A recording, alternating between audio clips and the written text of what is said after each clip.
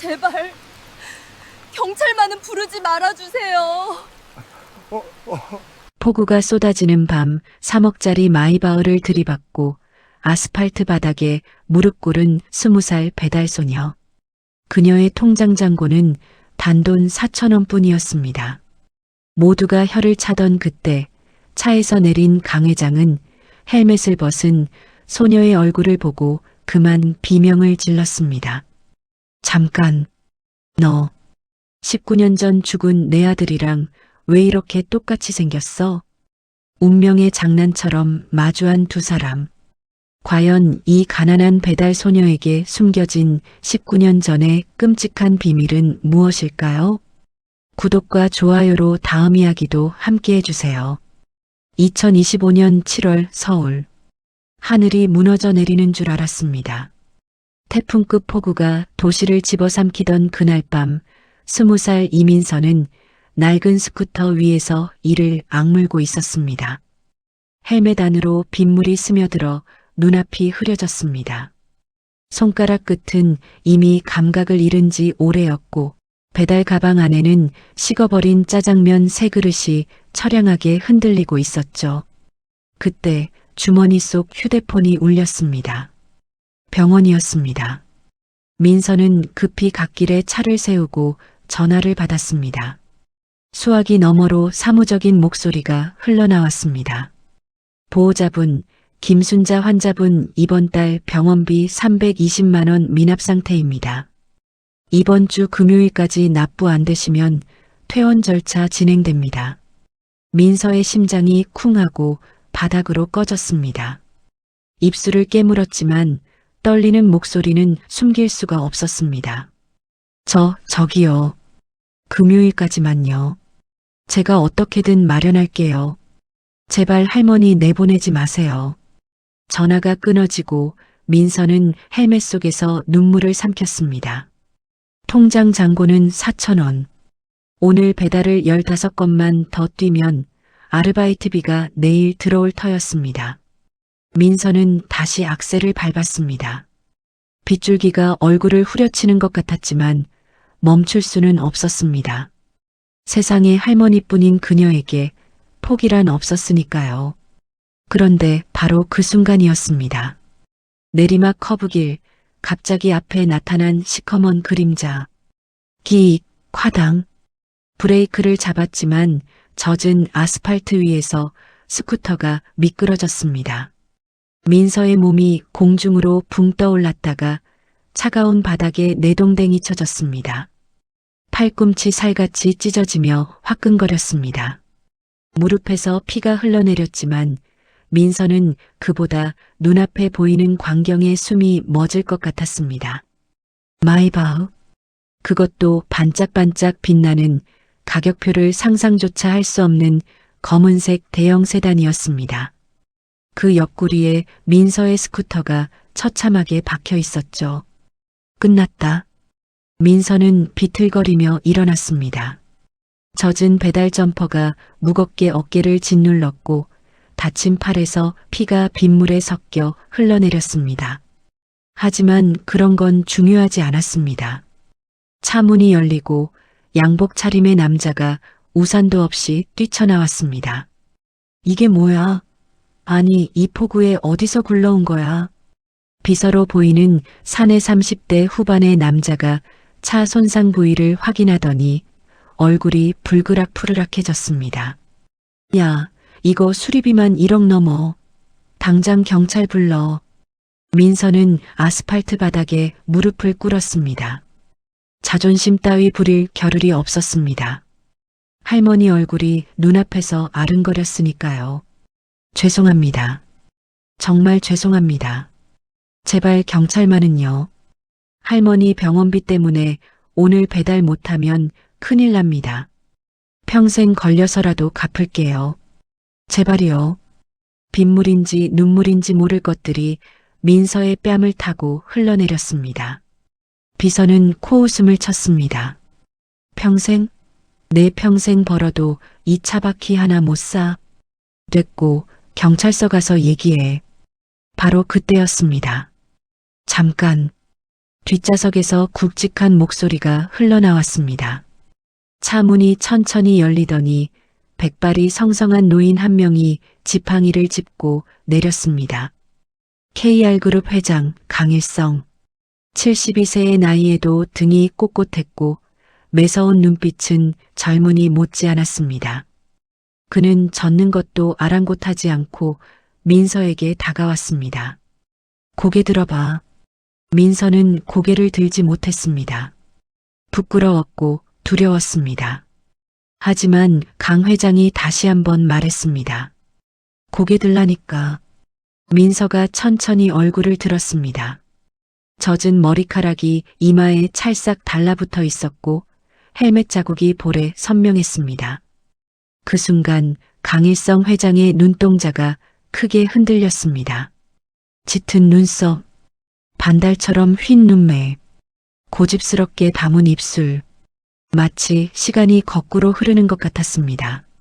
민서의 얼굴 위로 19년 전 불길 속에서 사라진 아들의 모습이 아른거렸습니다. 28 청년이던 아들이 아버지 저 먼저 간다며 웃던 그 얼굴이 회장님? 비서가 당황해서 불렀지만 강 회장은 대답하지 않았습니다. 그의 시선은 민서의 목에 걸린 무언가에 고정되어 있었습니다. 낡고 빛바랜 펜던트, 세상에 단 하나뿐인 하트 모양의 금목걸이였습니다. 19년 전 강 회장이 며느리에게 직접 선물했던 바로 그것이었죠. 강 회장의 손이 부들부들 떨리기 시작했습니다. 심장이 미친 듯이 뛰었습니다. 입술이 바짝바짝 말랐습니다. 저 눈매, 강 회장의 목소리가 갈라졌습니다. 죽은 내 아들이잖아. 빗소리가 세상의 모든 소리를 삼켜버린 것 같았습니다. 민서는 영문을 모른 채 낯선 노인의 눈에 고인 눈물을 바라보았습니다. 왜 이 할아버지는 울고 있는 걸까요?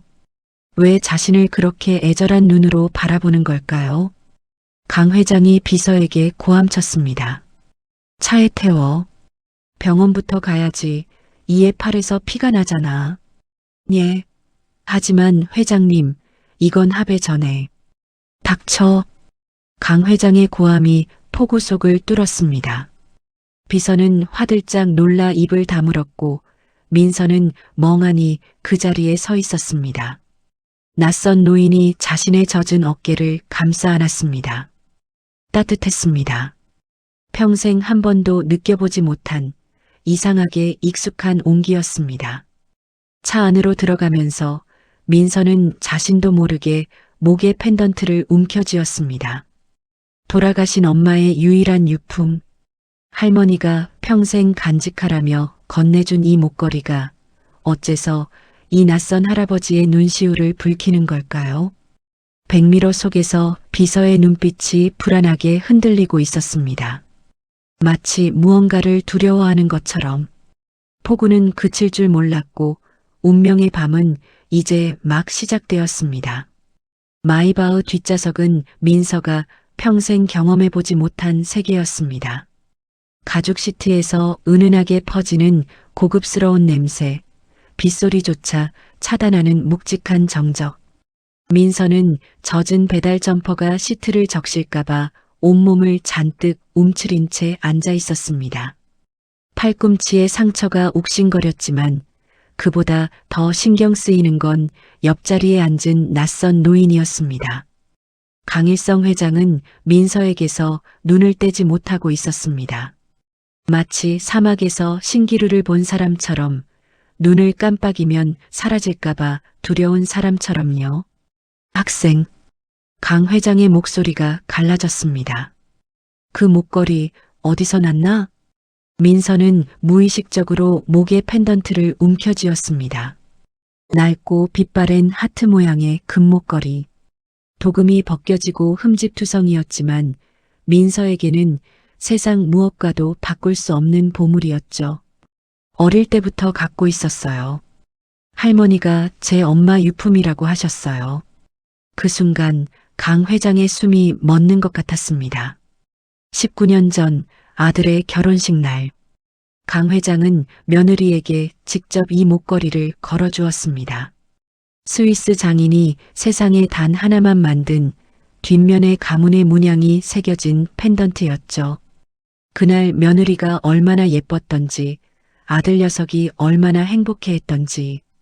뒤집어 봐도 되겠나? 민서는 망설이다가 고개를 끄덕였습니다. 강 회장의 손이 떨리고 있었습니다. 주름진 손가락이 펜던트를 조심스럽게 뒤집자 거기에는 KR이라는 영문 이니셜과 작은 봉황 문양이 선명하게 새겨져 있었습니다. 강 회장의 눈에서 눈물이 뚝 떨어졌습니다. 틀림없었습니다. 19년 전 화재 속에서 사라진 며느리의 유품, 그리고 그 유품을 가진 죽은 아들을 빼닮은 20살 소녀. 엄마가 어떻게 돌아가셨는지 아나? 민서는 고개를 저었습니다. 할머니가 말씀 안 해주셨어요. 물어봐도 그냥 우시기만 하셔서 더는 못 물어봤어요. 강 회장은 입술을 깨물었습니다. 가슴 한쪽이 칼로 도려내는 것처럼 아팠습니다. 19년 동안 손녀인 줄 알고 키운 채원이는 대체 누구란 말입니까? 그렇다면 이 아이가, 이 비에 젖은 배달 소녀가 진짜 자신의 피부치란 말입니까? 운전석의 비서 박 실장은 백미러로 이 광경을 지켜보고 있었습니다. 그의 눈빛이 불안하게 흔들렸습니다. 핸들을 잡은 손에 힘이 들어갔고 이마에는 식은 땀이 맺히기 시작했죠. 회장님, 병원 도착했습니다. 박 실장의 목소리가 평소보다 한 톤 높았습니다. 강 회장은 그런 비서의 태도를 눈치채지 못한 채 민서의 손을 잡았습니다. 치료 다 받아. 비용은 신경 쓰지 말고. 민서는 당황했습니다.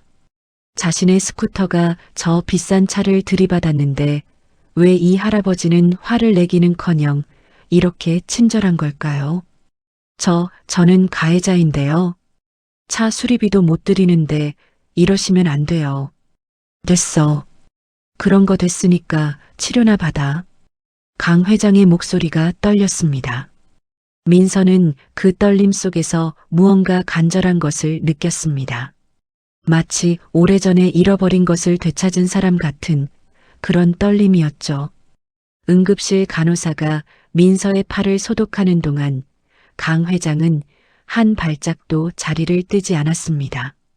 마치 눈을 떼면 이 아이가 또 사라질 것 같다는 듯이요. 아저씨, 아니 할아버지, 왜 저한테 이렇게 잘해주세요? 민서가 조심스럽게 물었습니다. 강 회장은 한참을 말없이 민서의 얼굴을 바라보았습니다. 그 얼굴 위로 28 청년이던 아들의 모습이 아른거렸습니다. 결혼식 날 활짝 웃던 모습, 아버지 손녀 얼굴 빨리 보여드릴게요 하던 모습, 닮았어. 강 회장이 중얼거렸습니다. 누구요? 내 아들. 민서는 영문을 몰랐습니다. 하지만 이상하게도 이 낯선 노인의 품이 따뜻하게 느껴졌습니다. 평생 아버지의 품을 모르고 자란 민서에게 그것은 처음 느껴보는 감정이었죠. 그 시각 응급실 복도 한쪽에서 박 실장이 누군가에게 전화를 걸고 있었습니다. 여보세요, 현숙 씨? 큰일 났어요. 회장님이 어떤 배달애를 데려왔는데 그의 목에 그 목걸이가 있어요. 그거 알죠? 아기 씨 돌아가신 마님 목걸이요. 수화기 너머로 날카로운 비명소리가 흘러나왔습니다. 뭐라고? 그년이 살아있어? 전화기 너머의 목소리는 차갑게 가라앉았습니다. 19년 전 불타는 산후조리원에서 두 아기를 바꿔치기한 여자. 지금은 강 회장 저택의 집사가 된 박현숙의 목소리였습니다. 지켜봐. 절대 눈 떼지 말고. 폭우는 여전히 서울의 밤을 두들겨 패고 있었습니다. 그리고 19년 만에 다시 꿈틀거리기 시작한 진실은 누군가에게는 희망이었고 누군가에게는 공포였습니다. 다음 날 아침 강 회장의 집무실. 창밖으로 쏟아지는 햇살과는 달리 강일성 회장의 표정은 어둡게 가라앉아 있었습니다. 밤새 한숨도 못 잤죠.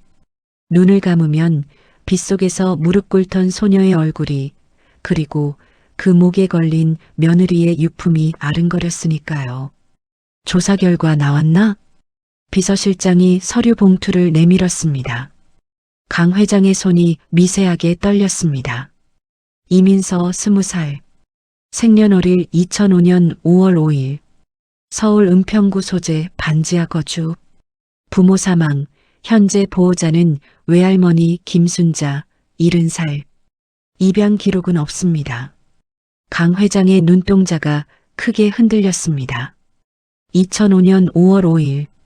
바로 그날이었습니다. 산후조리원 화재로 아들 부부가 목숨을 잃은 날. 그리고 갓 태어난 손녀가 사라진 날. 채원이 생일이랑 똑같잖아. 강 회장의 목소리가 갈라졌습니다. 심장이 천천히 조여오는 것 같았습니다. 19년 동안 손녀라고 믿고 키운 채원. 그 아이와 생일이 같은 배달 소녀. 그리고 세상에 단 하나뿐인 며느리의 유품. 우연이라고 하기엔 너무나 많은 것들이 맞아떨어지고 있었습니다. 더 파봐. 이 아이 어머니가 누구였는지, 어떻게 돌아가셨는지 전부 다. 바로 그때였습니다. 똑똑. 문이 열리고 집사 현숙이 차를 들고 들어왔습니다. 40대 후반의 단정한 여자. 19년 전 산후조리원 간호조무사에서 지금은 강 회장 저택의 살림을 도맡은 집사였죠. 회장님, 녹차 가져왔습니다. 현숙의 목소리는 언제나처럼 공손했습니다. 허리를 깊이 숙이고 눈은 바닥을 향했죠. 강 회장 앞에서는 티끌 하나 흠잡을 데 없는 충직한 하인이었습니다. 채원이는? 아가씨는 아직 주무시고 계십니다. 어젯밤에 늦게 들어오셔서요. 강 회장은 고개를 끄덕이고 현숙을 내보냈습니다. 하지만 문이 닫히는 순간 그의 눈빛이 날카롭게 빛났습니다. 점심 무렵 강 회장은 서재로 향했습니다. 그런데 복도를 지나다 이상한 소리가 들려왔습니다. 채원의 방에서 새어나오는 목소리였죠. 엄마, 나 이번 달 카드값 3천만 원이야. 좀 막아줘. 강 회장의 발걸음이 멈췄습니다. 엄마, 채원이 현숙을 엄마라고 불렀습니까? 야, 미쳤어? 회장님 계시는데 엄마 소리를 해? 현숙의 목소리였습니다. 하지만 아까 집무실에서 들었던 공손한 목소리와는 전혀 달랐습니다. 날카롭고 짜증스럽고 마치 진짜 딸에게 잔소리하는 엄마 같았죠. 알았어, 알았다고. 근데 엄마, 할아버지가 요즘 이상해. 어젯밤에 배달하는 거지 애를 데려왔대. 알아. 그래서 내가 처리할 거야. 넌 그냥 예쁜 척, 착한 척만 해. 알았지? 강 회장의 등골이 서늘해졌습니다. 손에 든 지팡이가 부들부들 떨렸습니다. 19년입니다. 19년 동안 손녀라고 믿었던 아이가 집사의 딸이라니. 그렇다면 진짜 자신의 피부치는 어디 있단 말입니까? 강 회장은 발소리를 죽이고 그 자리를 떠났습니다. 가슴속에서 분노가 용암처럼 끓어올랐지만 아직은 참아야 했습니다. 증거가 필요했으니까요. 그 시각 서울 은평구의 허름한 반지하. 민서는 퀴퀴한 곰팡이 냄새가 배어있는 좁은 방에서 눈을 떴습니다. 어젯밤 응급실에서 받은 치료 덕에 팔의 통증은 좀 나아졌지만 마음은 여전히 무거웠습니다. 스쿠터는 박살이 났고 이번 달 배달비는 날아갔습니다. 할머니 병원비 320만 원은 금요일까지인데 통장에는 여전히 4천 원뿐이었죠. 민서는 목에 걸린 펜던트를 만지작거렸습니다. 어젯밤 그 할아버지는 왜 이 목걸이를 보고 울었을까요? 왜 자신을 아들 같다고 했을까요? 그때 낯선 번호로 전화가 왔습니다. 이민서 학생, 어제 만났던 강일성입니다. 밥 한 끼 사고 싶은데 시간 되겠나? 민서의 심장이 쿵 내려앉았습니다. 어젯밤 자신의 스쿠터에 차를 들이받친 그 할아버지가 왜 밥을 사자는 걸까요? 저는 차 수리비도 못 드리는데요. 그런 거 됐어. 그냥 밥 한 끼야. 와줄 수 있겠나? 민서는 한참을 망설였습니다. 하지만 이상하게도 그 할아버지의 목소리에서 느껴지는 따뜻함을 거절할 수가 없었습니다. 마치 아버지의 품 같은 평생 한 번도 느껴보지 못한 그런 온기였으니까요. 네, 알겠습니다. 전화를 끊고 민서는 창밖을 바라보았습니다. 반지하 창문 너머로 사람들의 발이 지나가고 있었습니다. 언제쯤 저 위로 올라갈 수 있을까요? 언제쯤 햇빛이 드는 방에서 살 수 있을까요? 민서는 알지 못했습니다. 자신의 운명이 지금 이 순간 거대한 소용돌이 속으로 빨려 들어가고 있다는 것을, 그리고 그 소용돌이의 중심에는 19년 전의 끔찍한 비밀이 잠들어 있다는 것을요. 서울 외곽의 낡은 요양병원. 페인트가 벗겨진 복도에는 소독약 냄새와 노인 특유의 퀴퀴한 채취가 뒤섞여 있었습니다. 강일성 회장은 난생 처음 이런 곳에 발을 들여놓았습니다. KR그룹 회장이 수행원 하나 없이 낡은 요양병원 다인실을 찾아오다니, 평소에 그였다면 상상도 못할 일이었죠.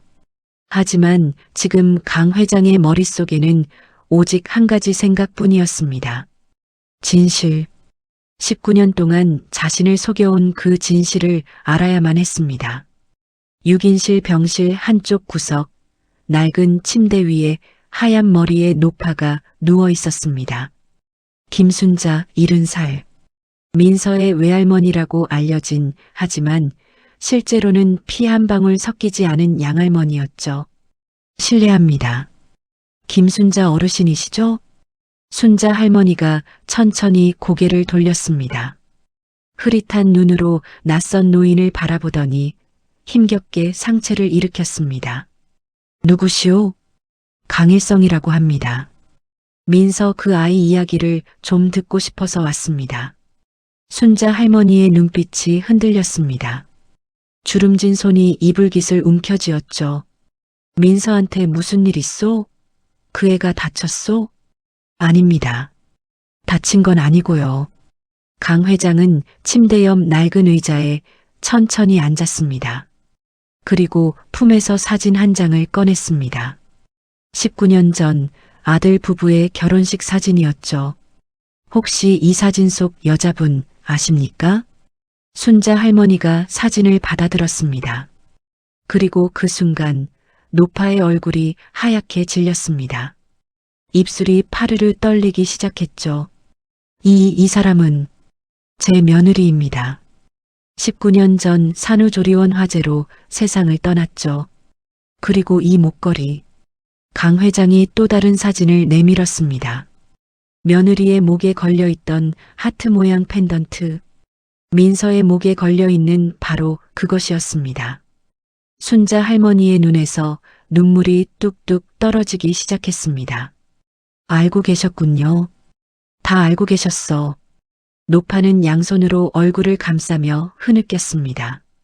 19년 동안 가슴 깊이 묻어두었던 비밀이 이제야 터져 나오려 하고 있었습니다. 그날 밤이었슈. 2005년 5월 5일. 순자 할머니가 떨리는 목소리로 말을 이었습니다. 나는 그 조리원 근처 식당에서 설거지 일을 하고 있었소. 밤 11시쯤이었을 거요. 갑자기 조리원에서 불길이 치솟았슈. 사람들이 비명을 지르며 뛰어나왔고 강 회장의 심장이 쿵쿵 뛰기 시작했습니다. 손에 쥔 지팡이가 부들부들 떨렸습니다.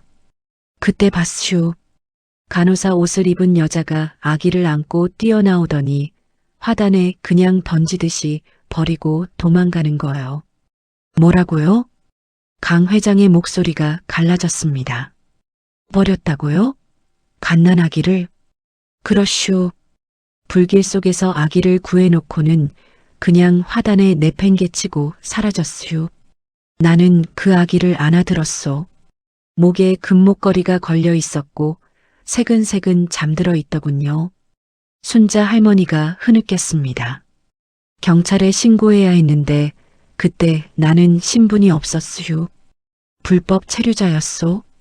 신고했다간 나도 잡혀갈 판이었고 그래서 그냥 데리고 살았슈. 미안하오. 정말 미안하오. 강 회장의 눈앞이 하얘졌습니다. 내 새끼가, 내 아들의 딸이 화단에 버려졌다니. 19년 동안 반지하에서 배달 일을 하며 끼니도 제대로 못 먹으며 살아왔다니. 그 순간 꼬장꼬장하던 재벌 회장의 얼굴이 무너져 내렸습니다. 72년 인생에서 한 번도 남 앞에서 눈물을 보인 적 없는 강일성이 낡은 요양병원 다인실에서 어린아이처럼 울기 시작했습니다. 내 새끼가 버려졌다니. 19년 동안 그렇게 살았다니. 어깨가 들썩였습니다. 주름진 얼굴 위로 눈물이 강물처럼 흘러내렸습니다. 재벌 총수도 그룹 회장도 아닌 그저 손녀를 잃었던 늙은 할아버지가 그 자리에 있었습니다. 순자 할머니가 강 회장의 손을 잡았습니다. 미안하오. 하지만 나는 그 애를 내 새끼보다 더 귀하게 키웠슈. 배고프면 내가 굶었고 추우면 내 이불을 덮어줬소. 민서는 착한 아이요. 세상에서 제일 착한 아이요. 강 회장은 고개를 끄덕이며 흐느꼈습니다.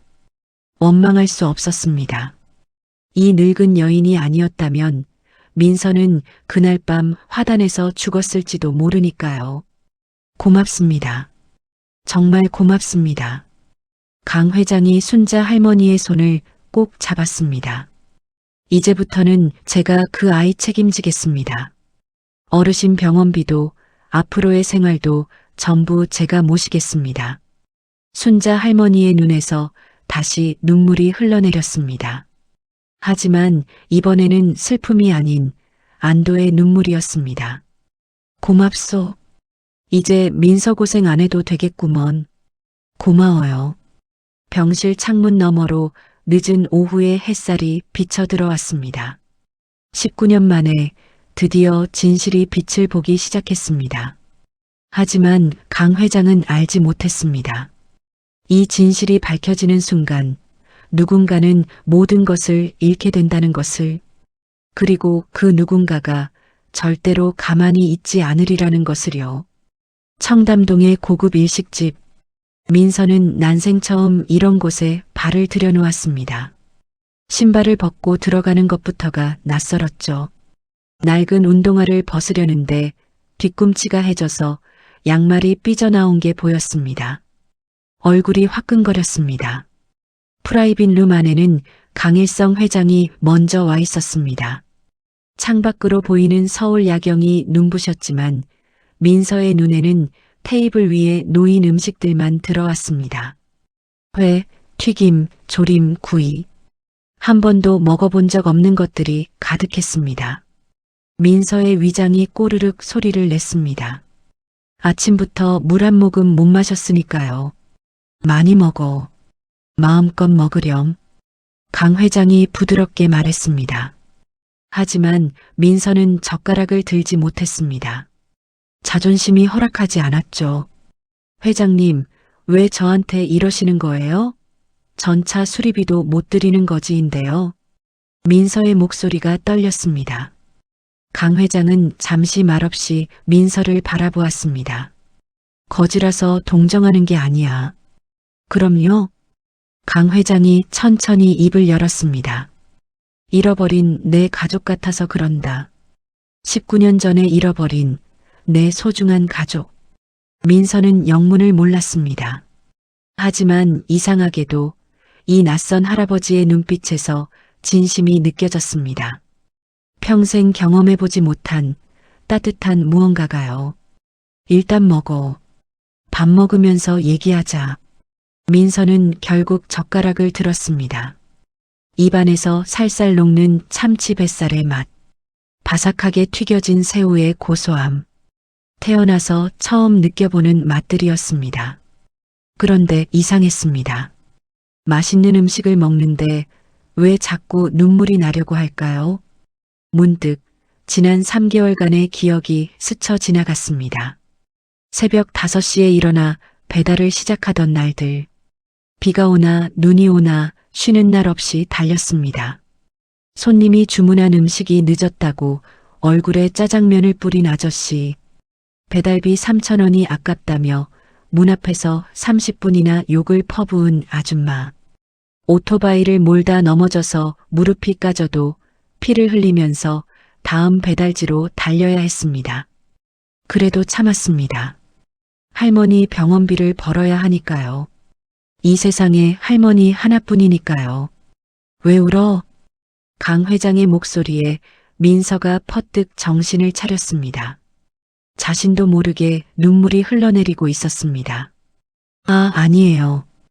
음식이 너무 맛있어서요. 민서가 황급히 눈물을 닦았습니다. 강 회장의 가슴이 찢어지는 것 같았습니다. 이 아이가 얼마나 굶주렸으면 밥 한 끼에 눈물을 흘릴까요? 얼마나 외로웠으면 낯선 노인의 밥상 앞에서 울음을 터뜨릴까요? 민서야. 강 회장이 조심스럽게 입을 열었습니다. 할아버지가 부탁 하나만 해도 되겠니? 민서가 고개를 들었습니다. 강 회장의 눈가에도 눈물이 맺혀 있었습니다. DNA 검사 딱 한 번만 받아줄 수 있겠니? 민서의 눈이 커졌습니다. DNA요? 왜요? 확인하고 싶은 게 있어서 그런다. 딱 한 번만. 그거 받아주면 할머니 병원비 전부 내가 책임질게. 앞으로 치료비도 간병비도 전부. 민서의 심장이 쿵쿵 뛰기 시작했습니다. 할머니 병원비 320만 원. 아니, 앞으로 들어갈 수천만 원의 치료비까지. 하지만 민서는 고개를 저었습니다. 싫어요. 저 거지지만 동정은 안 받아요. 강 회장이 민서의 손을 잡았습니다. 주름진 손이 따뜻했습니다. 동정이 아니야. 진짜 아니야. 강 회장의 목소리가 떨렸습니다. 할아버지가 19년 전에 손녀를 잃었어. 불이 나서 아들 며느리도 잃고 갓 태어난 손녀도 잃었어. 그런데 너를 보는 순간 내 아들이 보이더라. 내 목에 걸린 그 목걸이도 며느리 거랑 똑같고. 민서는 말을 잃었습니다. 확인만 하게 해다오. 딱 한 번만. 아니면 아닌 거고 맞으면. 강 회장이 말을 잇지 못했습니다. 눈물이 볼을 타고 흘러내렸습니다. 맞으면 할아버지가 평생 너 곁에 있을게. 다시는 혼자 두지 않을게. 민서의 마음이 흔들렸습니다. 평생 아버지의 품을 모르고 자랐습니다. 어머니의 얼굴도 모릅니다. 그런데 이 낯선 할아버지가 가족이 되어주겠다고 합니다. 정말요? 진짜로요? 그래, 진짜야. 민서는 한참을 망설이다가 결국 고개를 끄덕였습니다. 네, 받을게요. 강 회장의 얼굴에 미소가 번졌습니다. 19년 만에 드디어 한 발짝 다가선 것입니다. 하지만 그 순간 프라이빗 룸문 밖에서 누군가 숨을 죽이고 있었습니다. 강 회장의 저택에서 몰래 따라온 집사 현숙이었죠. 그녀의 눈빛이 독사처럼 차갑게 빛났습니다. DNA 검사? 절대 안 되지. 현숙은 휴대폰을 꺼내 어딘가에 전화를 걸었습니다. 여보세요? 나야. 급한 일 생겼어. 그 배달년 없애야겠어. 강 회장의 저택, 서재. 집사 현숙은 먼지떨이를 들고 서재에 들어섰습니다. 물론 청소가 목적은 아니었죠. 며칠 전부터 강 회장의 행동이 수상했습니다. 요양병원을 다녀오더니 눈이 퉁퉁 부어 있었고 그 뒤로는 체원을 볼 때마다 눈빛이 싸늘해졌으니까요. 현숙의 손이 책상 서랍으로 향했습니다. 잠겨 있지 않았습니다. 서랍을 열자 하얀 봉투 하나가 눈에 들어왔습니다. 유전자 검사 을에서 현숙의 심장이 쿵 하고 내려앉았습니다. 떨리는 손으로 서류를 펼쳤습니다. 검사 대상자란에 적힌 이름 이민서 20살 2005년 5월 5일생. 순간 현숙의 눈앞이 하얘졌습니다. 손에서 서류가 떨어졌습니다. 온몸에 식은땀이 흘러내렸죠. 그년이 살아있었어? 현숙의 목소리가 갈라졌습니다. 19년 전 분명히 처리했다고 생각했습니다. 불타는 조리원 화단에 버리고 도망쳤을 때 그 아기는 죽을 거라고 확신했습니다. 그런데 살아있었습니다. 19년 동안 어딘가에서 숨쉬고 있었던 겁니다. 현숙의 눈앞에 19년 전 그날 밤이 악몽처럼 떠올랐습니다. 2005년 5월 5일 밤 11시 29살의 현숙은 산후조리원의 간호조무사였습니다. 월급은 쥐꼬리만 했고 빚은 눈덩이처럼 불어나고 있었죠. 바로 그날 현숙도 아이를 낳았습니다. 미혼모였습니다. 아이 아버지는 이미 도망간 뒤였고요. 그런데 운명의 장난이었을까요?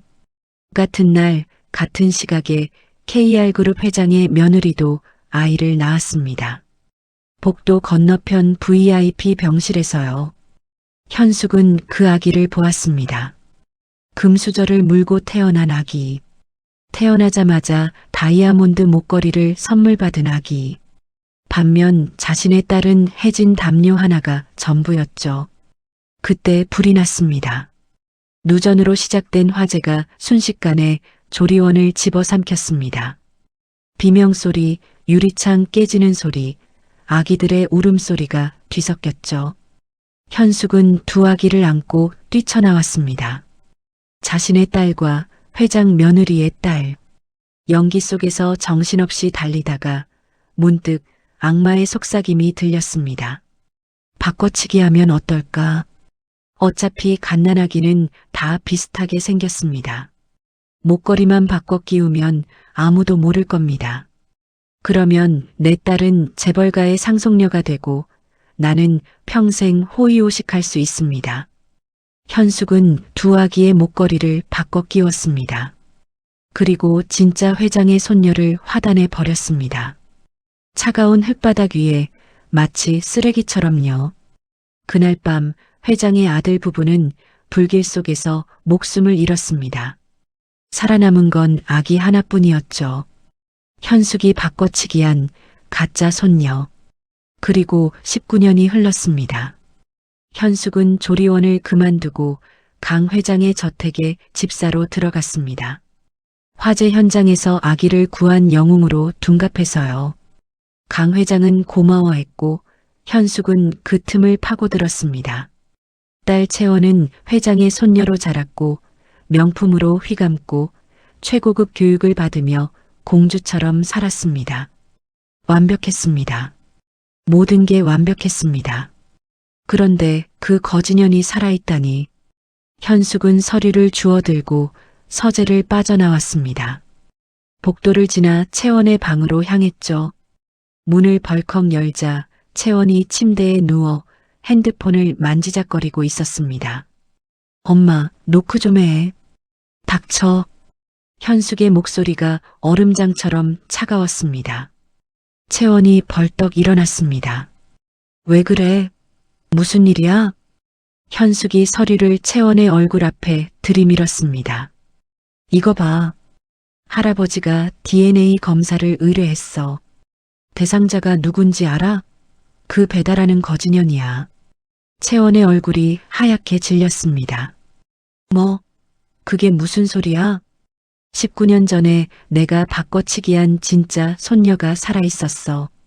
그 여자가 진짜 회장님 피부치야. 너 아니고. 채원의 손이 부들부들 떨리기 시작했습니다. 그럼 나는 어떻게 되는 건데? 검사 결과 나오면 넌 끝이야. 유산도, 이 집도 전부 그년 차지가 돼. 채원이 히스테릭하게 비명을 질렀습니다. 싫어. 나 이렇게 못 살아. 엄마, 어떻게 해? 현숙이 딸의 어깨를 움켜잡았습니다. 눈빛이 독사처럼 차갑게 빛났습니다. 걱정 마. 엄마가 처리할 테니까. 현숙은 휴대폰을 꺼내 어딘가에 전화를 걸었습니다. 여보세요? 나야. 오토바이 정비소하는 김 사장. 부탁할 일이 있어. 배달 스쿠터 브레이크를 조작해야 하는데 가능해? 수화기 너머로 대답이 돌아왔습니다. 현숙의 입가에 섬뜩한 미소가 번졌습니다. 좋아. 내일까지 해놔. 돈은 걱정 마. 전화를 끊고 현숙은 창밖을 바라보았습니다. 어둠이 내려앉은 서울의 밤하늘. 그녀의 눈동자에는 19년 전과 똑같은 광기가 서려 있었습니다. 그때 죽었어야 했는데 이번엔 확실하게 처리해 줄게. 일주일 후 대학병원 VIP 상담실. 강일성 회장은 하얀 봉투를 손에 쥔 채 심장이 터질 것 같았습니다. DNA 검사 결과 19년간의 의문이 풀리는 순간이었죠. 결과 말씀드리겠습니다. 담당 의사가 서류를 펼쳤습니다. 강 회장의 손에 땀이 흥건했습니다. 이민서 씨와 강일성 회장님의 친자관계 확률 99.999%입니다. 조부와 손녀 관계가 확실합니다. 강 회장의 눈에서 눈물이 왈칵 쏟아졌습니다. 가슴속에서 뜨거운 것이 치밀어 올랐습니다. 19년입니다. 19년 동안 찾아 헤맸던 피부치를 드디어 찾은 겁니다. 그리고 강채원 씨 결과입니다. 의사가 다른 서류를 꺼냈습니다. 강채원 씨와 회장님은 친자 관계가 아닙니다. DNA 일치율 0%입니다. 강 회장은 이미 알고 있었습니다. 하지만 직접 결과를 듣는 순간 분노가 화산처럼 폭발했습니다. 그년들이 감히 내 새끼를 버리고 자기 새끼를 내 손녀라고. 강 회장이 휴대폰을 꺼내 민서에게 전화를 걸었습니다. 이 기쁜 소식을 당장 알려주고 싶었습니다. 너는 내 손녀야. 이제 고생 끝이야. 할아버지가 평생 지켜줄게. 신호음이 울렸습니다. 한 번, 두 번, 세 번. 받지 않았습니다. 같은 시각 서울 은평구의 가파른 내리막길. 민서는 빌린 스쿠터를 타고 배달을 하고 있었습니다. 정비소에서 수리를 받고 온 스쿠터였죠. 브레이크가 이상하다고 했더니 고쳐줬다고 했습니다. 공짜로요. 공짜라니 이상하다 싶었지만 감사히 받았습니다. 요즘 세상에 이런 친절도 있구나 싶었죠. 내리막길이 시작되었습니다. 민서는 습관적으로 브레이크를 잡았습니다. 스컹. 이상한 소리가 났습니다. 브레이크 레버가 헛돌았습니다. 민서가 다시 브레이크를 잡았습니다. 하지만 레버는 힘없이 쑥 들어갈 뿐 스쿠터는 멈추지 않았습니다. 브레이크가 안 들어. 민서의 비명이 터졌습니다. 스쿠터는 점점 더 빠르게 내리막길을 질주했습니다. 바람이 귀를 때렸고 눈앞의 풍경이 빠르게 스쳐 지나갔습니다. 앞에 횡단보도가 보였습니다. 사람들이 걸어가고 있었습니다. 이대로 가면 들이받습니다. 민서는 이를 악물고 핸들을 꺾었습니다. 스쿠터가 비틀거리며 인도 쪽으로 방향을 틀었습니다. 그리고 그 앞에 커다란 가로수가 서 있었습니다. 쾅! 둔탁한 충돌음과 함께 민서의 몸이 공중으로 튕겨나갔습니다. 아스팔트 바닥에 내동댕이 쳐지는 순간 온몸에 불이 붙는 것 같았습니다. 다리에서 뼈가 부러지는 소리가 들렸습니다. 으악! 민서의 비명이 거리에 울려 퍼졌습니다. 의식이 아득해졌습니다. 눈앞이 흐려지고 귀에는 윙윙거리는 소리만 들렸죠. 마지막으로 본 건 하늘이었습니다. 파란 하늘 위로 흰 구름이 떠가고 있었습니다. 할머니, 미안해요. 병원비 못 갚을 것 같아요. 그리고 의식이 끊어졌습니다. 대학병원 VIP 상담실. 강 회장은 11번째로 전화를 걸었습니다. 여전히 받지 않았습니다. 가슴이 철렁 내려앉았습니다. 뭔가 잘못됐다는 직감이 들었습니다. 19년 동안 사업을 해오며 갈고 닦은 직감이 지금 미친 듯이 경고음을 울리고 있었습니다. 비서실장, 강 회장이 고함쳤습니다. 당장 민서 위치 찾아. 그 애한테 무슨 일 생기면 너희 다 죽을 줄 알아. 비서실장이 황급히 전화를 돌렸습니다. 3분 후 얼굴이 하얗게 질린 채로 돌아왔습니다. 회장님, 민서 씨가 교통사고를 당했답니다. 지금 응급실로 이송 중이래요. 강 회장의 세상이 무너져 내렸습니다. 방금 전까지 기뻤습니다. 19년 만에 손녀를 찾았다고, 이제 행복하게 살 수 있다고. 그런데 그 기쁨을 누릴 새도 없이 손녀가 쓰러졌습니다. 병원이 어디야? 강 회장이 지팡이를 집어들었습니다. 다리가 후들거렸지만 뛰었습니다. 72년 인생에서 이렇게 빨리 뛴 적은 처음이었습니다. 민서야, 제발 살아있어라. 할아버지가 간다. 이번엔 절대 놓치지 않을 테니까. 제발 살아있어라. 응급차 사이렌 소리가 서울의 밤하늘을 가르고 있었습니다. 그리고 어딘가에서 현숙이 차가운 미소를 짓고 있었습니다. 이번엔 확실하겠지. 하지만 그녀는 몰랐습니다. 핏줄의 힘은 그 어떤 아기보다 강하다는 것을요. 응급실. 소독약 냄새가 코를 찔렀습니다.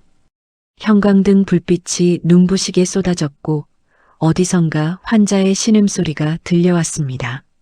민서는 의식과 무의식 사이를 떠돌고 있었습니다. 온몸이 불에 타는 것 같았습니다. 특히 왼쪽 다리는 누군가 망치로 내리치는 듯한 통증이 끊이지 않았죠. 환자분, 정신 차리세요. 이름이 뭐예요? 간호사의 목소리가 아득하게 들렸습니다. 민서는 입술을 달싹였지만 소리가 나오지 않았습니다. 목구멍이 모래로 가득 찬 것 같았습니다. 왼쪽 경골 골절입니다. 수술 준비해 주세요. 의사의 목소리가 스쳐 지나갔습니다. 골절, 다리가 부러졌다는 말이었죠. 민서의 눈에서 눈물이 흘러내렸습니다. 다리가 부러지면 배달을 못합니다. 배달을 못하면 돈을 못 법니다. 돈을 못 벌면 할머니 병원비를 못 냅니다. 할머니, 민서의 입술이 파르르 떨렸습니다. 흐릿한 의식 속에서 할머니의 얼굴이 아른거렸습니다.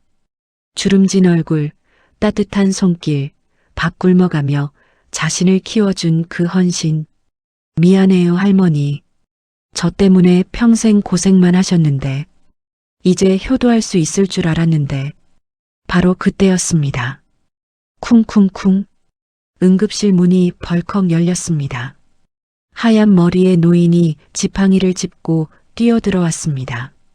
숨이 턱까지 차올랐고 얼굴은 땀으로 범벅이 되어 있었습니다. 민서 어디 있어? 강일성 회장이었습니다. 간호사가 황급히 막아섰습니다. 보호자분, 여기 들어오시면 안 됩니다. 비켜. 내 손녀야. 내 손녀가 여기 있다고. 강 회장이 고함쳤습니다. 그 목소리에 응급실 전체가 쩌렁쩌렁 울렸습니다.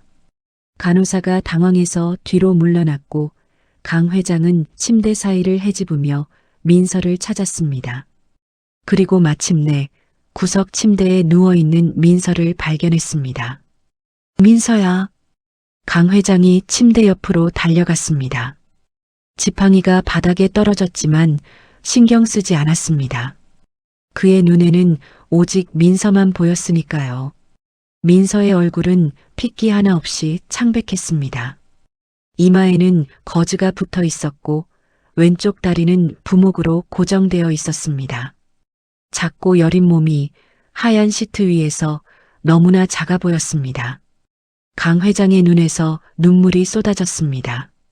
19년 전 아들의 장례식장에서도 울지 않았습니다. 며느리의 관 앞에서도 이를 악물었습니다. 재벌 총수가 남 앞에서 눈물을 보이면 안 된다고 생각했으니까요. 하지만 지금은 달랐습니다. 더 이상 참을 수가 없었습니다. 미안하다. 강 회장이 민서의 손을 잡았습니다. 주름진 손이 부들부들 떨렸습니다. 미안하다, 민서야. 할애비가 늦게 알아봐서 미안하다. 19년 동안 고생시켜서 미안하다. 눈물이 강 회장의 볼을 타고 흘러내렸습니다. 뚝뚝 떨어진 눈물이 민서의 손등 위에 떨어졌습니다. 그 따뜻한 온기에 민서가 천천히 눈을 떴습니다. 흐릿한 시야 속에 낯익은 얼굴이 보였습니다. 포구 치던 그날 밤 자신을 태워주던 낯선 할아버지, 고급 일식집에서 밥을 사주던 따뜻한 할아버지. 그런데 왜 울고 계실까요? 왜 자신의 손을 이렇게 꼭 잡고 계실까요? 할아버지, 민서의 입에서 그 호칭이 흘러나왔습니다. 처음이었습니다. 태어나서 처음으로 누군가를 할아버지라고 불러본 순간이었습니다. 강 회장의 심장이 터질 것 같았습니다. 그래, 할아버지야. 네, 할아버지. 강 회장이 민서를 조심스럽게 끌어안았습니다. 다친 곳을 건드리지 않으려고 살살, 그러나 절대 놓지 않겠다는 듯이 꼭 안았습니다. 이제 다 됐어. 고생 끝났어. 할아버지가 다 해줄게. 병원비도 수술비도 앞으로 내 인생 전부 할아버지가 책임질게. 민서의 눈에서도 눈물이 흘러내렸습니다. 왜인지 모르게 이 낯선 품이 너무나 익숙했습니다. 마치 아주 오래전부터 기다려온 것 같은 그런 따뜻함이었습니다. 정말요? 정말 제 할아버지예요? 그래.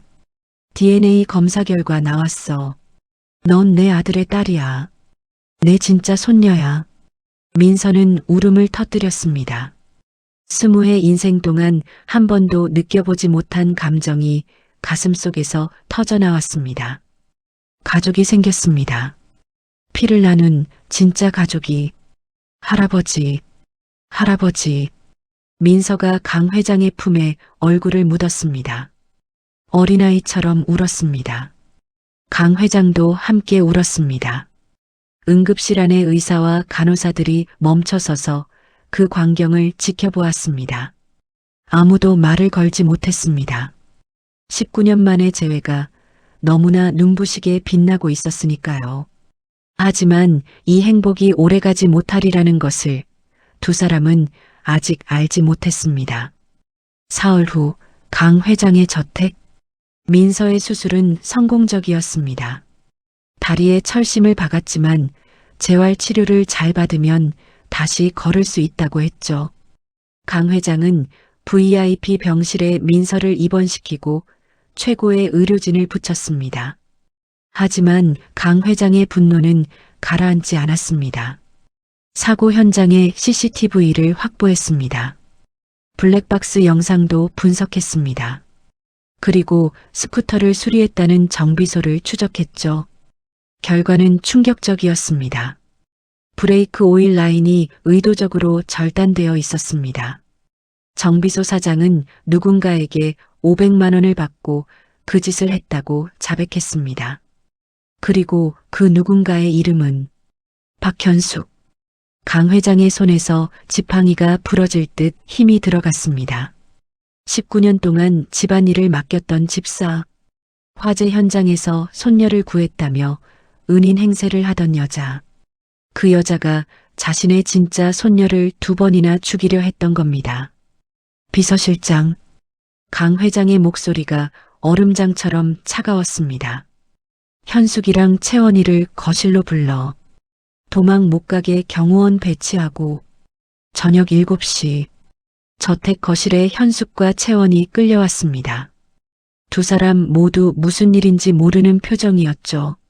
아니, 현숙은 알고 있었습니다. 다만 모르는 척하고 있었을 뿐. 거실 중앙에는 강 회장이 의자에 앉아 있었습니다. 그 뒤로 경호원 4명이 벽처럼 서 있었습니다. 회장님, 무슨 일이세요? 저녁 준비해야 하는데. 현숙이 능청스럽게 말했습니다. 강 회장은 대답 대신 리모컨을 눌렀습니다. 거실 대형 화면에 영상이 재생되었습니다. 정비소 사장의 자백 영상이었습니다. 박현숙이라는 여자한테 500만 원 받았습니다. 배달 스쿠터 브레이크를 조작하라고요. 죽어도 모르게 하라고 했습니다. 현숙의 얼굴이 하얗게 질렸습니다. 채원은 이미 다리에 힘이 풀려 주저앉았습니다. 무릎 꿇어. 강 회장의 목소리가 거실을 울렸습니다. 낮고 차가운 그러나 분노로 가득 찬 목소리였습니다. 현숙이 버둥거렸습니다. 회장님, 이건 오해예요. 저는 그런 적 없습니다. 무릎 꿇으라고 했다. 강 회장이 지팡이로 바닥을 내리쳤습니다. 쿵! 둔탁한 소리가 울렸습니다. 경호원들이 현숙의 어깨를 눌렀고 현숙은 결국 무릎을 꿇었습니다. 19년이야.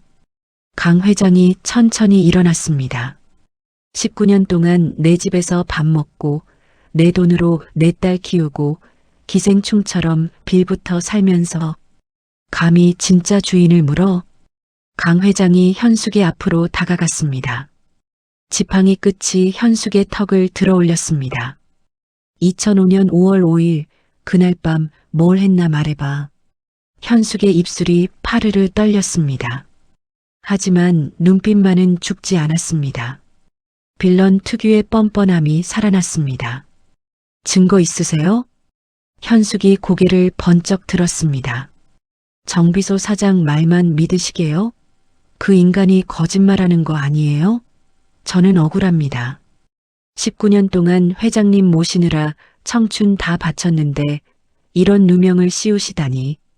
강 회장의 눈에서 불꽃이 튀었습니다. 2년이 끝까지. 강 회장이 품에서 서류 봉투를 꺼냈습니다. DNA 검사 결과서였죠.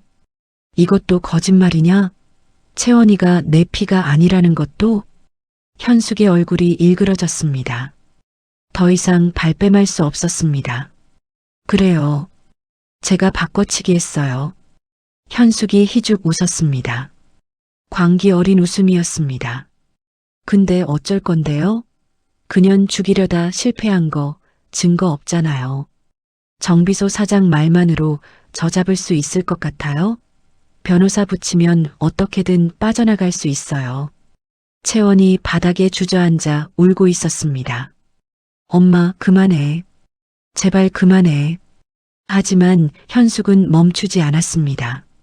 솔직히 말할게요. 네, 저 그년 죽이려고 했어요. 근데 안 죽었잖아요. 살인 미수도 안 되는 거 아니에요? 강 회장이 차갑게 웃었습니다. 년아, 내가 19년 동안 재벌 회장을 하면서 배운 게 뭔지 알아? 강 회장이 현숙의 얼굴 앞으로 고개를 숙였습니다. 법이 안 되면 돈으로 하면 돼. 내 인생 내가 지옥으로 만들어줄게. 감옥에 갇혀서 뉘우쳐. 19년 동안 내 손녀가 당한 고통 똑같이 갚아줄 테니까. 현숙의 얼굴에서 처음으로 공포가 스쳤습니다. 하지만 그녀는 아직 최후의 카드를 숨기고 있었습니다. 모든 것을 불태워버릴 마지막 발악을요. 그날 밤 자정이 넘은 시각, 현숙과 채원은 저택 별채에 감금되어 있었습니다. 경호원 2명이 문 앞을 지키고 있었죠. 내일 아침이면 경찰이 올 예정이었습니다. 하지만 현숙은 포기하지 않았습니다. 새벽 2시 현숙은 창문 틈으로 경호원들의 움직임을 살폈습니다. 한 명이 화장실에 간 틈을 노렸죠. 숨겨두었던 수면제를 탄 커피를 남은 경호원에게 건넸습니다. 추운데 고생이 많으시네요. 커피라도 한 잔 드세요. 경호원은 의심 없이 받아 마셨습니다. 10분 후 그는 의자에 기대 앉은 채 잠들어 버렸습니다. 현숙은 별채를 빠져나왔습니다. 손에는 라이터가 들려 있었습니다. 19년 전에도 불로 시작했으니까 불로 끝내는 게 맞지. 현숙의 눈에 광기가 서렸습니다. 차라리 다 태워버리는 게 낫다고 생각했습니다. 자신도 채원도 강 회장도 그 거진년도 모두 함께 제가 되는 거죠. 본관 1층 창고로 향했습니다. 페인트 시너와 기름통이 있었습니다. 현숙은 그것들을 거실 곳곳에 뿌렸습니다. 카펫 위로, 커튼 위로, 가구 위로, 그리고 라이터를 켰습니다. 철컥, 칙, 작은 불꽃이 피어올랐습니다. 현숙이 그것을 기름 웅덩이 위로 떨어뜨렸습니다. 펑! 불길이 순식간에 번졌습니다. 마치 19년 전 그날 밤처럼 화재 경보가 울렸습니다. 삐익! 귀를 찢는 소리가 저택 전체에 울려 퍼졌습니다. 2층 침실에서 강 회장이 눈을 떴습니다. 코를 찌르는 연기 냄새가 느껴졌습니다. 창문 너머로 붉은 불빛이 일렁이고 있었죠. 불이야. 강 회장이 침대에서 일어나려 했습니다. 하지만 다리에 힘이 들어가지 않았습니다. 지팡이를 찾으려 손을 뻗었지만 연기 때문에 눈앞이 보이지 않았습니다. 콜록, 콜록. 연기가 폐를 찔렀습니다. 숨을 쉴 때마다 가슴이 불타는 것 같았습니다. 강 회장은 바닥에 엎드려 기어가기 시작했습니다. 19년 전이 떠올랐습니다. 아들이 불길 속에서 며느리를 구하려다 함께 목숨을 잃던 그날 밤.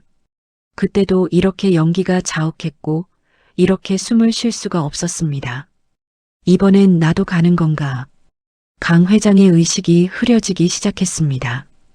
같은 시각 병원. 민서는 병실 침대에서 벌떡 일어났습니다. 가슴이 철렁 내려앉았습니다. 이유를 알 수 없는 불안감이 온몸을 휘감았습니다. 할아버지. 민서는 휴대폰을 집어들었습니다. 강 회장에게 전화를 걸었습니다. 받지 않았습니다. 2번, 3번, 4번. 계속 받지 않았습니다. 뭔가 잘못됐습니다. 민서는 침대 옆에 있던 목발을 집었습니다. 다리에 철심이 박혀 있었지만 상관없었습니다. 링거를 뽑고 병실을 뛰쳐나갔습니다.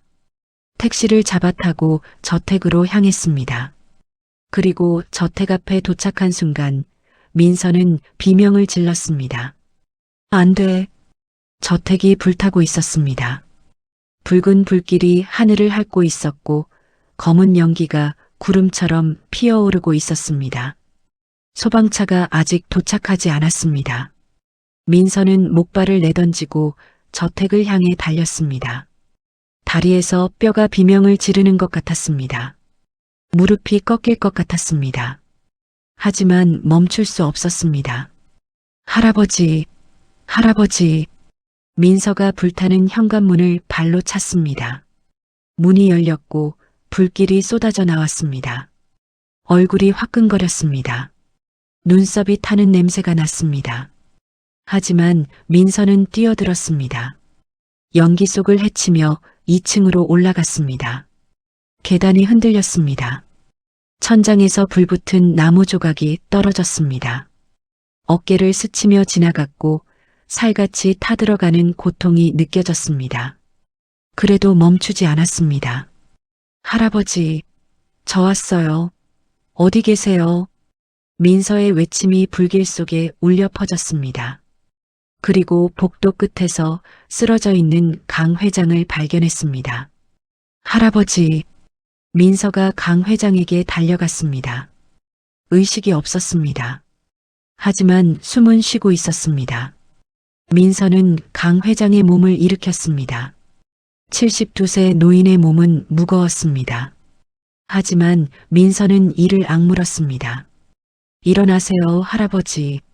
제가 데리고 나갈게요. 절대 안 나요. 민서가 강 회장을 부축하고 계단을 내려갔습니다. 한 계단, 한 계단. 다리가 찢어지는 것 같았습니다. 눈물이 흘러내렸습니다. 하지만 멈추지 않았습니다. 현관을 빠져나오는 순간 저택 2층이 무너져 내렸습니다. 쿠르르르릉. 굉음과 함께 불길이 치솟았습니다. 조금만 늦었으면 둘 다 저 안에 묻혔을 겁니다. 민서는 강 회장을 안은 채 잔디밭 위에 쓰러졌습니다. 할아버지, 눈 떠요. 제발이요. 강 회장이 천천히 눈을 떴습니다. 흐릿한 시야 속에 그 흐름으로 얼룩진 민서의 얼굴이 보였습니다. 그 얼굴 위로 19년 전 죽은 아들의 모습이 겹쳐 보였습니다. 민서야. 강 회장의 눈에서 눈물이 흘러내렸습니다. 내가 할아버지를 살렸구나. 내 아빠는 못한 걸 내가 해냈어. 민서도 울었습니다. 할아버지의 손을 꼭 잡은 채 불타는 저택을 바라보며 함께 울었습니다. 저 멀리서 소방차 사이렌 소리가 들려왔습니다. 그리고 정원 한쪽에서는 현숙과 채원이 서로 밀치며 도망치다가 추하게 엎어져 있었습니다. 이틀 후 서울중앙경찰서. 현숙과 채원은 나란히 수갑을 찬 채 취조실에 앉아 있었습니다. 명품으로 치장했던 채원의 모습은 온데간데 없었죠. 기름진 머리카락, 부은 눈두덩, 찢어진 옷. 이틀 만에 거지꼴이 되어 있었습니다. 피의자 박현숙. 살인미수, 방화, 사문서 위조, 사기 혐의로 구속영장이 청구되었습니다. 형사가 서류를 내려놓았습니다. 현숙은 멍하니 허공을 바라보고 있었습니다. 모든 것이 끝났다는 걸 알고 있었죠. 정비소 사장이 자백했습니다. 브레이크 조작을 지시받았다고, 500만 원을 받고 그 짓을 했다고, 통화 녹음까지 증거로 제출되었습니다. 19년 전 산후조리원의 CCTV 영상도 발굴되었습니다. 화재 당시 현숙이 두 아기를 안고 나오는 장면, 그리고 한 아기를 화단에 버리고 도망치는 장면. 화질은 흐릿했지만 현숙의 얼굴은 선명했습니다. 할 말 있습니까? 형사가 물었습니다. 현숙은 입술을 달싹였지만 아무 말도 나오지 않았습니다. 바로 그때 취조실 문이 열렸습니다.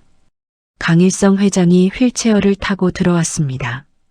화재로 인한 연기 흡입으로 며칠간 입원해 있었지만 오늘 이 자리만큼은 직접 오겠다고 고집을 부렸죠.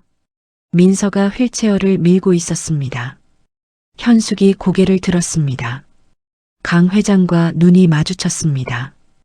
회장님. 현숙의 목소리가 갈라졌습니다. 19년 동안 깍듯이 모셨던 주인. 이제는 자신을 지옥으로 보낼 원수가 된 사람. 강 회장은 아무 말 없이 현숙을 내려다보았습니다. 그 눈빛에는 분노도 증오도 없었습니다. 그저 차가운 경멸만이 서려 있었죠. 19년이야. 강 회장이 천천히 입을 열었습니다. 19년 동안 내 밥을 먹여주고 내 딸을 손녀처럼 키워줬어. 근데 넌 그 19년 동안 뭘 했나? 현숙이 고개를 숙였습니다. 내 진짜 손녀를 화단에 버렸어. 갓난아기를. 차가운 흙바닥 위에. 그리고 그 애가 반지하에서 굶어가며 살아가는 동안 넌 내 집에서 호의호식했지. 강 회장의 목소리가 떨렸습니다. 그것도 모자라서 그 애를 죽이려고 했어. 2번이나. 브레이크를 조작하고 불을 질렀어. 20살짜리 여자애를. 내가 버린 그 아기를. 현숙의 어깨가 들썩였습니다. 울고 있는 건지 웃고 있는 건지 알 수 없었습니다. 너희에게는 감옥도 사치다. 강 회장이 차갑게 내뱉었습니다. 하지만 법이 있으니까 법대로 처리한다. 내 손으로 직접 복수하고 싶지만 그러면 내가 너희랑 같은 짐승이 되니까. 강 회장이 휠체어를 돌렸습니다. 민서가 다시 휠체어를 밀기 시작했습니다. 바로 그때 채원이 벌떡 일어났습니다. 잠깐만요. 채원이 비명을 질렀습니다. 저는 몰랐어요. 진짜 몰랐다고요. 다 엄마가 한 거예요. 저는 그냥 엄마 말대로 했을 뿐이라고요. 현숙이 경악한 얼굴로 딸을 바라보았습니다. 채원아, 너 지금 뭐라는 거야? 엄마가 다 시킨 거잖아. 나보고 예쁜 척하라고, 착한 척하라고, 할아버지한테 잘 보이라고. 나는 그냥 시키는 대로 했을 뿐이야. 채원이 형사에게 매달렸습니다. 저 풀어주세요.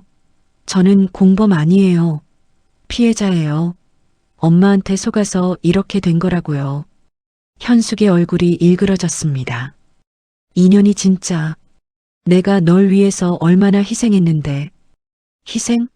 엄마가 욕심 부려서 이 지경이 된 거잖아. 내가 언제 바꿔치기 해달라고 했어? 내가 언제 그년 죽이라고 했냐고. 모녀가 서로를 향해 고함을 질렀습니다. 추악했습니다. 19년간 공주처럼 살았던 채원의 민낯이 드러나는 순간이었죠. 민서는 그 광경을 묵묵히 지켜보았습니다. 가슴이 아팠습니다. 저 여자가 자신의 자리를 빼앗고 19년을 살았습니다. 하지만 지금 보이는 건 그저 비참한 두 사람뿐이었습니다. 가자, 민서야. 강 회장이 말했습니다. 저런 것들 볼 시간에 할머니 병문안이나 가자. 민서가 고개를 끄덕였습니다. 취조실을 나서며 뒤를 돌아보지 않았습니다. 문이 닫히는 순간 현숙의 절규가 들려왔습니다. 회장님, 제발요. 한 번만 봐주세요. 19년을 모셨잖아요. 회장님. 하지만 강 회장은 돌아보지 않았습니다. 19년간의 배신에 대한 대가를 이제 그들이 치러야 할 차례였습니다. 경찰서 복도를 나서며 민서가 조용히 물었습니다. 할아버지, 저 사람들 어떻게 되는 거예요? 강 회장이 한숨을 쉬었습니다. 살인미수의 방화 사기까지 최소 15년은 나올 거다. 나오면 70이 넘겠지. 그때쯤이면 세상이 얼마나 무서운지 알게 되겠지. 민서는 고개를 끄덕였습니다. 복수가 달콤하지는 않았습니다. 하지만 이제 끝이었습니다. 19년간의 악몽이 드디어 끝나가고 있었습니다. 일주일 후 서울대학교 병원 VIP 병실.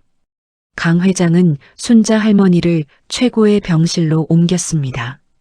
더 이상 퀴퀴한 다인실이 아니었죠. 창밖으로 햇살이 쏟아지는 넓은 방, 싱그러운 꽃들이 놓인 테이블, 24시간 대기하는 간호사까지. 하지만 순자 할머니의 상태는 나아지지 않았습니다. 치매 증상이 급격히 진행되었고 지병이던 심장도 점점 약해지고 있었습니다. 의사는 조심스럽게 말했습니다. 마음의 준비를 하시라고. 민서는 매일 병실을 지켰습니다. 다리에 깁스를 한 채로 휠체어에 앉아 할머니 손을 잡고 있었죠. 할머니, 저예요. 민서예요. 민서가 순자 할머니의 손을 꼭 쥐었습니다. 할머니의 손은 뼈만 앙상하게 남아 있었습니다. 평생 식당에서 설거지하고 민서를 먹이느라 굶었던 손. 그 손이 이제는 힘없이 축 늘어져 있었습니다. 민서야.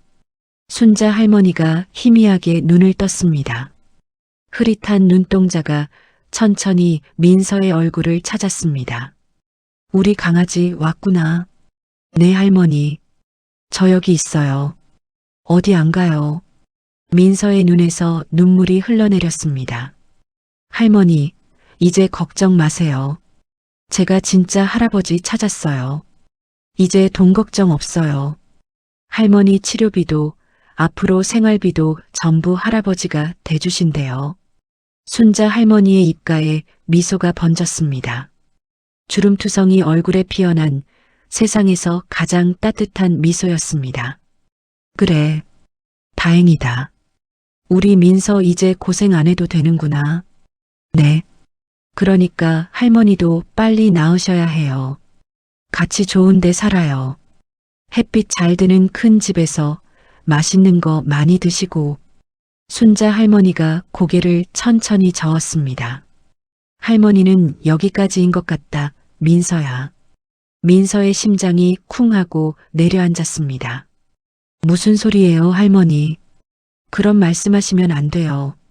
아이고, 우리 민서. 순자 할머니가 떨리는 손을 들어 민서의 볼을 어루만졌습니다. 할머니가 19년 동안 너 키우면서 항상 마음에 걸렸어. 부모도 없이, 돈도 없이 이 고생을 시켜서 미안했어. 할머니, 그런 말씀 마세요. 민서가 흐느꼈습니다. 할머니 아니었으면 저 어떻게 살았어요. 할머니가 저 키워주셨잖아요. 밥 굶어가면서 이불 덮어주시면서. 할머니가 제 엄마예요. 진짜 엄마예요. 순자 할머니의 눈에서도 눈물이 흘러내렸습니다. 고맙다, 민서야. 그 말 들으니까 이제 맘 편히 갈 수 있겠다. 안 돼요. 할머니 가시면 안 돼요. 민서가 할머니의 손을 꼭 움켜쥐었습니다. 손등 위로 뜨거운 눈물이 뚝뚝 떨어졌습니다. 바로 그때 병실 문이 열렸습니다. 강일성 회장이 꽃다발을 들고 들어왔습니다. 김순자 어르신. 강 회장이 침대 옆으로 다가왔습니다. 그리고 허리를 깊이 숙여 인사했습니다. 대한민국 10대 재벌의 회장이 70평생 처음으로 남에게 허리를 굽힌 순간이었습니다. 감사합니다. 제 손녀를 살려주셔서, 19년 동안 키워주셔서 진심으로 감사드립니다. 순자 할머니가 희미하게 웃었습니다. 당신이 민서 친할아버지구먼요. 네, 그렇습니다. 잘생겼네. 민서가 당신 아들 닮았다면서요. 그럼 좋은 집안이겠네. 순자 할머니가 강 회장의 손을 잡았습니다. 민서 잘 부탁해요. 그 애 착해요. 세상에서 제일 착한 아이예요. 평생 고생만 했으니까 이제는 행복하게 해주세요. 강 회장의 눈에서 눈물이 흘러내렸습니다. 약속드립니다. 제 목숨이 다하는 날까지 민서를 지키겠습니다. 순자 할머니가 만족스러운 표정을 지었습니다. 그리고 민서를 바라보았습니다. 민서야. 네, 할머니. 이제 고생 끝이다. 예쁜 옷 입고 맛있는 것도 먹고 공부도 하고 싶은 거 다 하면서 살아. 할머니의 목소리가 점점 작아졌습니다. 사랑한다, 내 강아지. 그것이 마지막이었습니다. 순자 할머니의 손에서 힘이 빠졌습니다. 눈이 천천히 감겼습니다. 심장 박동을 알리는 기계에서 길고 긴 경고음이 울렸습니다. 삐. 할머니, 할머니.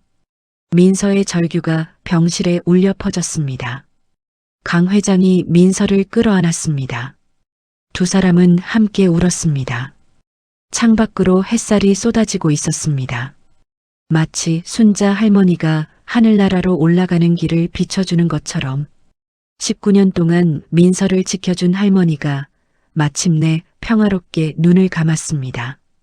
가장 사랑하는 손녀의 행복을 확인하고서요. 그것이 할머니가 민서에게 남긴 마지막 선물이었습니다. 1년 후 2026년 여름 서울 삼성동 KR그룹 본사 대강당. 수백 명의 주주들이 자리를 채우고 있었습니다. 카메라 플래시가 터지고 기자들이 펜을 들고 대기하고 있었죠. 대한민국 10대 재벌 KR그룹의 정기 주주총회. 그리고 오늘은 특별한 발표가 있는 날이었습니다. 무대 뒤편에서 민서가 깊은 숨을 내쉬었습니다. 1년 전만 해도 상상조차 못했던 일이었습니다.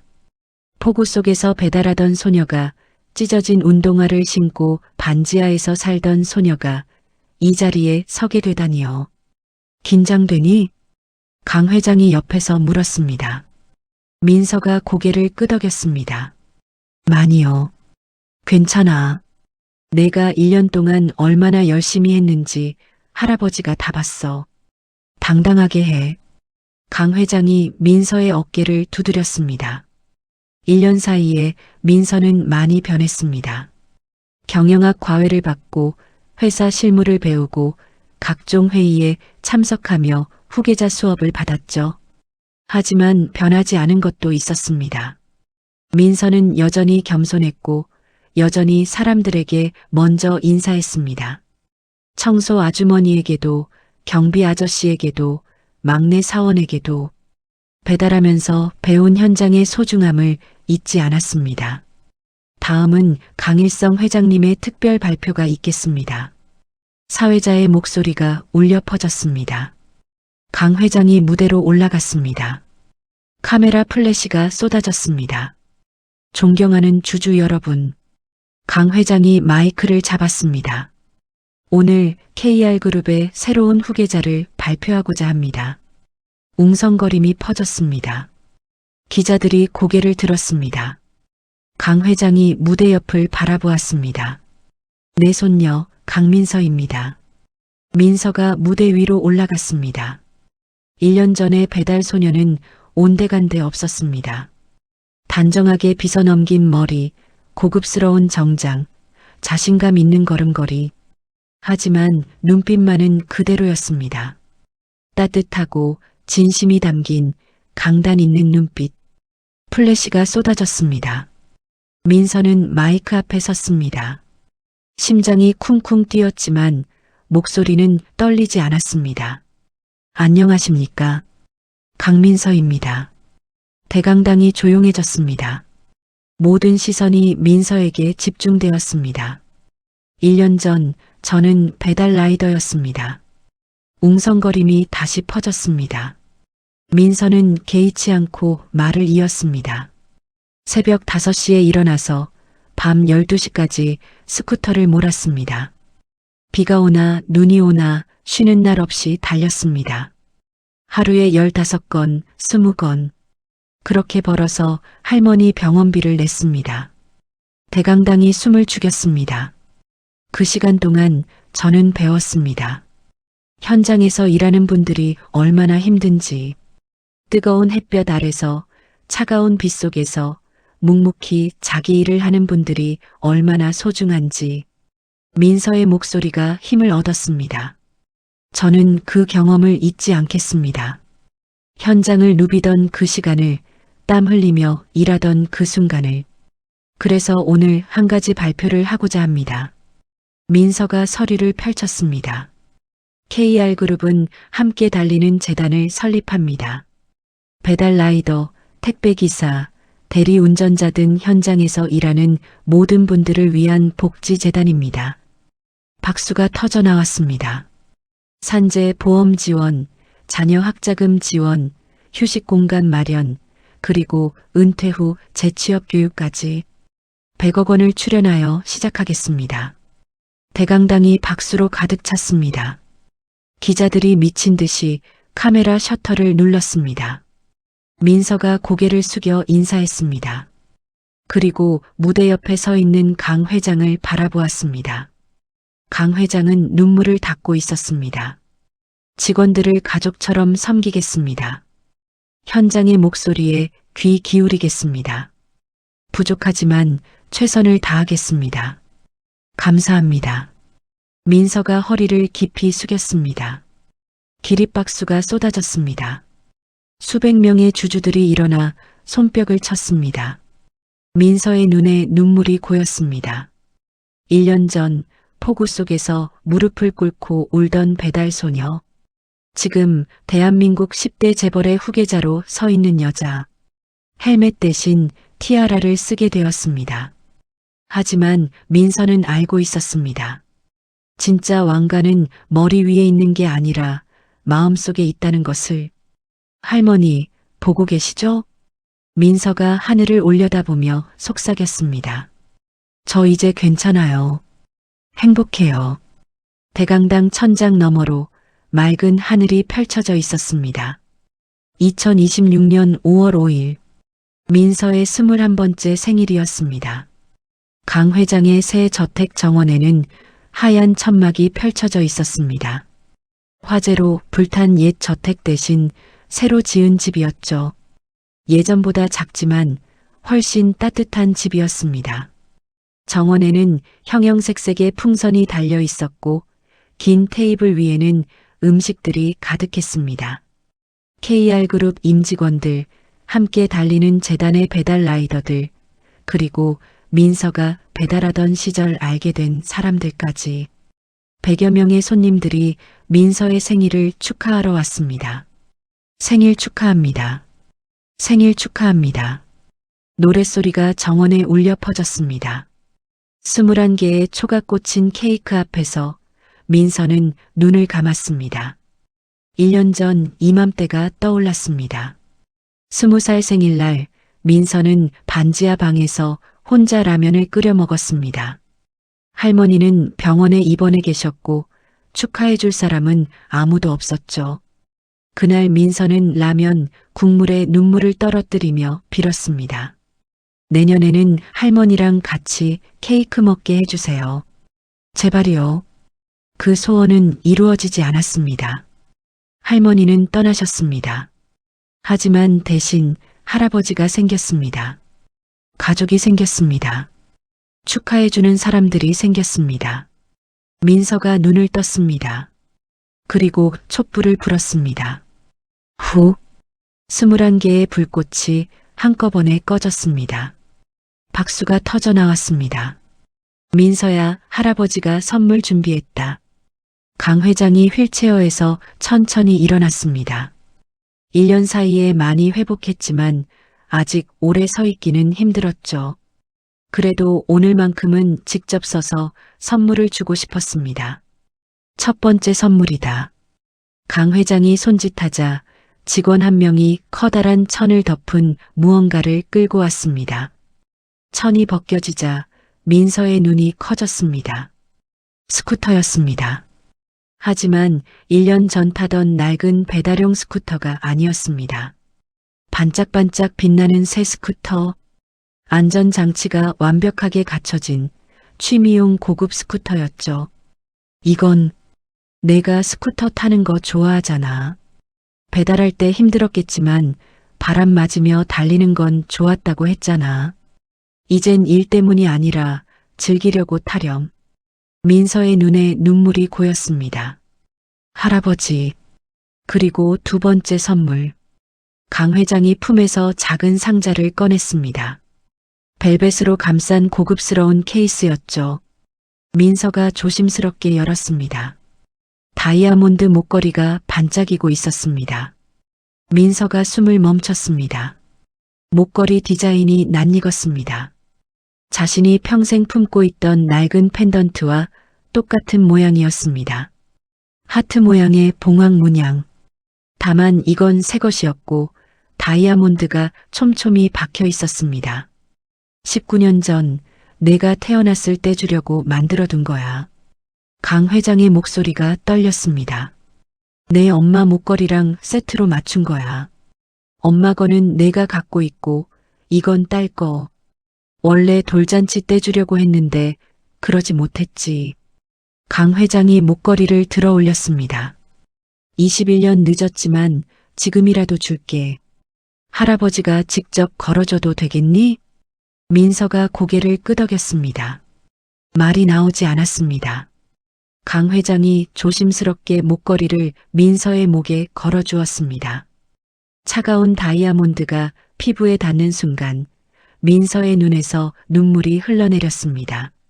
19년 전 화재 속에서 잃어버린 시간, 반지하에서 굶어가며 보낸 어린 시절, 배달하며 맞은 비와 눈과 욕설, 그 모든 고통이 지금 이 순간 녹아내리는 것 같았습니다. 할아버지, 민서가 강 회장을 꼭 끌어안았습니다. 감사해요. 저를 찾아주셔서, 저를 가족으로 받아주셔서 정말 감사해요. 강 회장도 민서를 안았습니다. 주름진 손이 민서의 등을 토닥였습니다.